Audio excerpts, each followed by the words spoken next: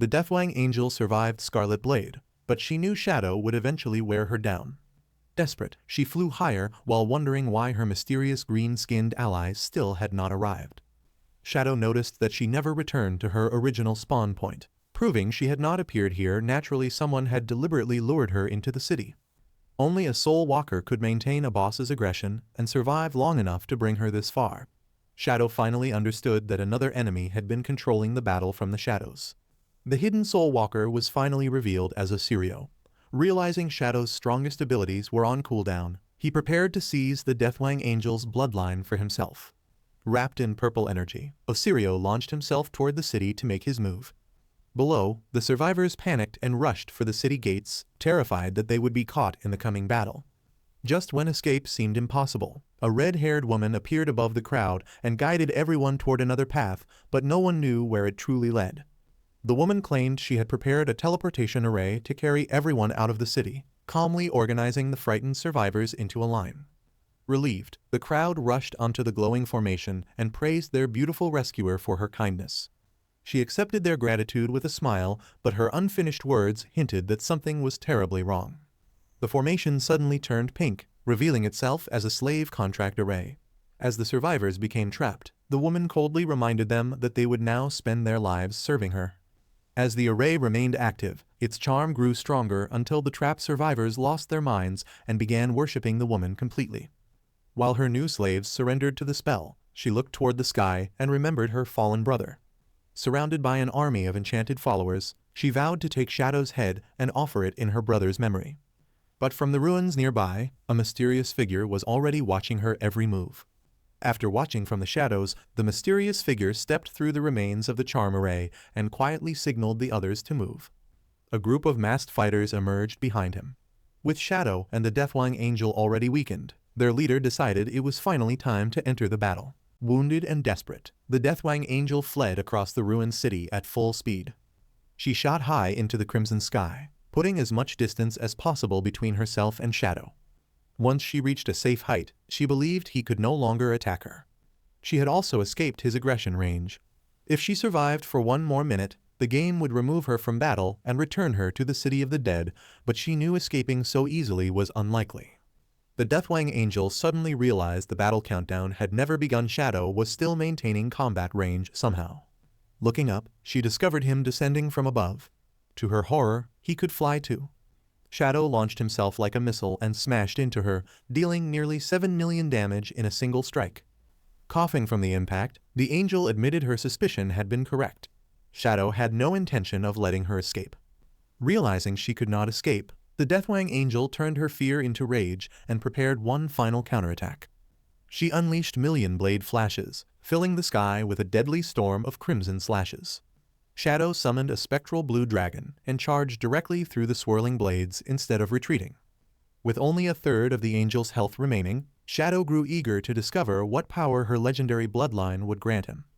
When Shadow vanished inside the blade storm, the Deathwing Angel realized the other enemies would finish her off if the battle continued. Refusing to risk her life any longer, she abandoned the fight and fled at full speed. But Shadow immediately noticed her escape and locked onto her position. In an instant, he shot through the sky at the speed of sound, rapidly closing the distance behind her. The Deathwing Angel looked back in disbelief as Shadow caught her almost instantly. A spectral dragon appeared beneath him and unleashed winds of war, striking her for nearly 30,000 damage. The powerful gust ripped her from the sky and sent her crashing toward the ruined city. She finally understood the truth. Shadow was not flying at all. He was riding an invisible wind dragon fast enough to outrun an airplane. As the Deathwing Angel fell, Shadow descended on the spectral dragon and prepared to end the battle. He combined Shadow of Slaughter with 4 instant shadow slashes, tearing through her throat for more than 28 million damage. The angel screamed in disbelief. Even after successfully evolving, her newly gained power had still failed to save her. As black feathers filled the air, Shadow appeared before her one final time, and she realized there was no escape left. Refusing to accept defeat, the Deathwing Angel cursed Shadow and wrapped herself inside her glowing wings. Her damaged body began dissolving into light until she completely vanished. But Shadow immediately sensed something was wrong. The battle had ended far too easily.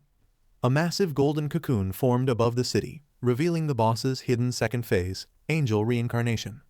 A new voice echoed from inside the cocoon, delighted that his turn had finally arrived. The golden shell opened as enormous black wings slowly unfolded.